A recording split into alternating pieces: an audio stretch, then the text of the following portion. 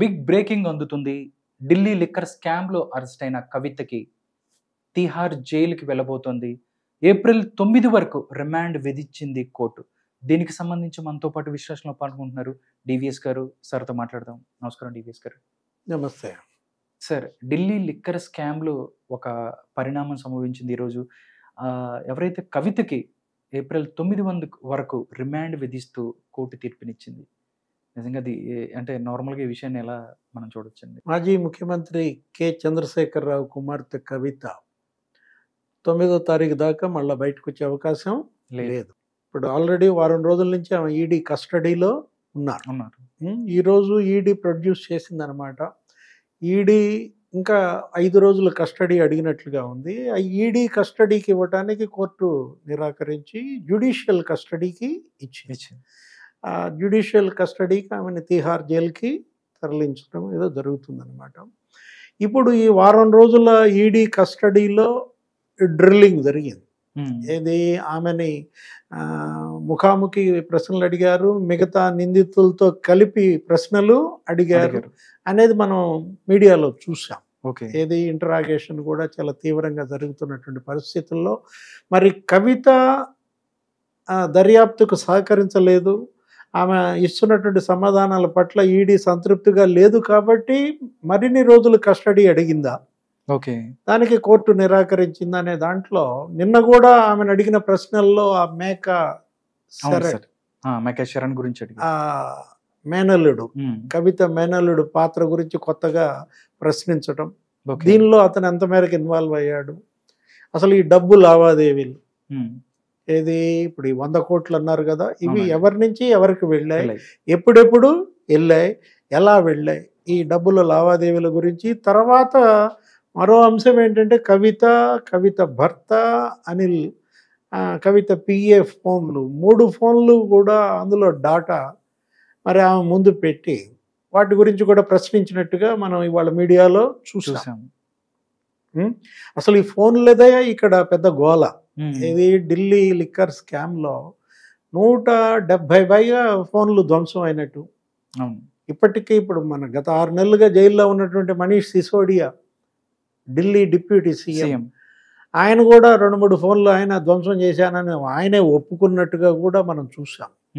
ఏది ఈ వాంగ్మూలం వీటిల్లో మీడియా కథనాల ప్రకారం కవిత కూడా 16 ఫోన్లు ధ్వంసం చేసిందనో మార్చిందనో మనం ఛార్జ్షీట్లో వాటిల్లో చూసాం.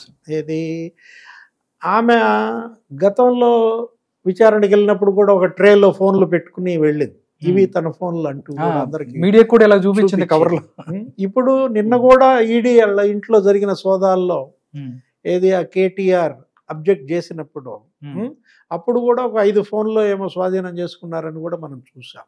ఈ ఫోన్లలో సమాచారం ఇవాళ వీళ్ళ మెడకి చుట్టుకున్న పరిస్థితుల్లో వాట్సాప్ కాల్స్, ఆ చాటు, అందులో కూడా సౌత్ గ్రూప్ అనే ఒక వాట్సాప్ గ్రూప్ ఏర్పాటు చేసుకోవటం.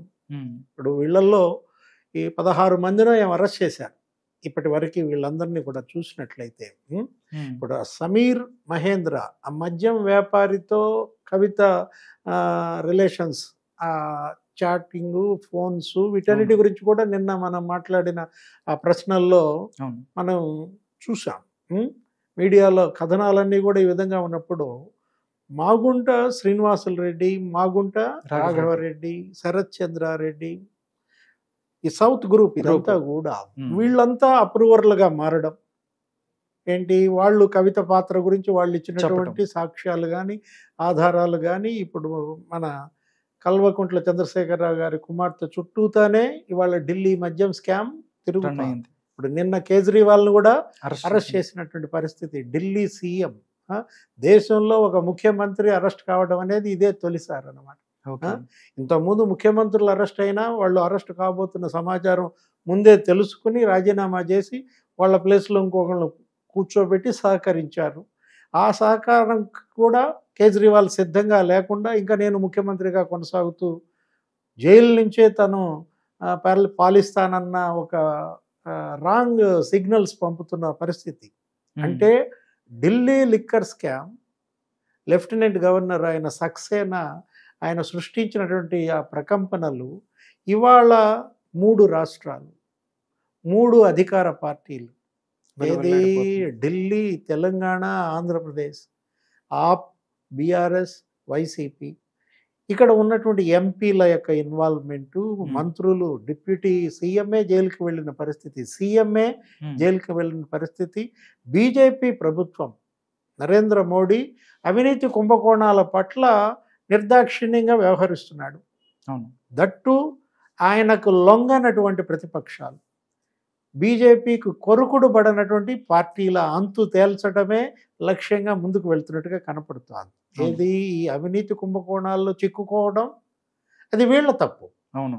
ఏం చేయకుండా ఉంటే ఎవరు ఏం చేయలేరు కదా. వీళ్ళ జుట్టు మోడీ చేతిలో పెట్టిన తర్వాత మళ్ళా వీళ్ళు బెసిగితే మరి ఆయన జుట్టు బిగించుకుని ఉంటాడా? వీటన్నిటిపైన ఈ జరిగిన పరిణామాలన్నిటిపైన కూడా కవిత తండ్రి కేసీఆర్ ఇంతవరకు మాట్లాడలేదు. అదే అంటే నార్మల్గా ఆయన ఒక మొన్న ఎక్స్ వేదికగా ఒక ట్విట్టర్ ఒక చిన్న ప్రకటన చేశారు. అంటే కేజ్రీవాల్ ఎవరైతే ఉన్నారో ఆయన అరెస్టు ఏదైతే కావాలని చేసింది అన్నట్టుగా కూడా ఆయన మాట్లాడిన పరిస్థితి. బట్ ఏదైనా విషయం జరిగితే పత్రికాముఖంగా లేకపోతే మీడియా ముందుకు వచ్చి మాట్లాడే కేసీఆర్ నిజంగా మాట్లాడకపోవడానికి కారణాలు ఏమై ఉంటారు డివిఎస్ గారు? కవిత అరెస్టు తర్వాత ఆయన మౌనం ఇవాళ ప్రజల్లో సందేహాలను పెంచింది. ఉద్దేశపూర్వక మౌనమా? ఆయన ఏమైనా షాక్ గురయ్యారా? దిగ్భ్రమలో లోనే ఇన్నాళ్ళు మాట్లాడలేదా? కేజ్రీవాల్ అరెస్ట్ తర్వాత స్పందించారు. అందులోనే 2 లైన్లు కవిత గురించి కూడా రాసిన పరిస్థితుల్లో కన్న కూతురు ఇవాళ కన్న కూతురు అవినీతి కుంభకోణంలో అరెస్ట్ అయితే కన్నెర్ర చేయని తండ్రిని చూస్తున్నాం. ఎందుకని కేసీఆర్ కన్నెర్ర చేయలేదు? మనం చూసాం. ఏది ఆంధ్ర పాలకుల పైన లేకపోతే ఉద్యమంలో ఏ విధంగా ఆంధ్రుల్ని తెగనాడాడో మనం చూసాం. ఏది చెండాడతాడు ఆయన. అలాంటి వ్యక్తి మరి కూతురు అవినీతి కుంభకోణాల్లో కూరుకుపోవటం తండ్రికి షాక్ గురి చేసిందా? లేదు అసలు కవిత ఆ స్కామ్లో ఇన్వాల్వ్ అవ్వటం పట్ల ఆయనలో విరక్తి పుట్టిందా? ఇది ఎలా చూడాలా కేసీఆర్ మౌనాన్ని అనేది ఇక్కడ ఒక $1 మిలియన్ క్వశ్చన్. అప్పటిదాకా నరేంద్ర మోడీని మోడియా బోడియా అనేవాడు.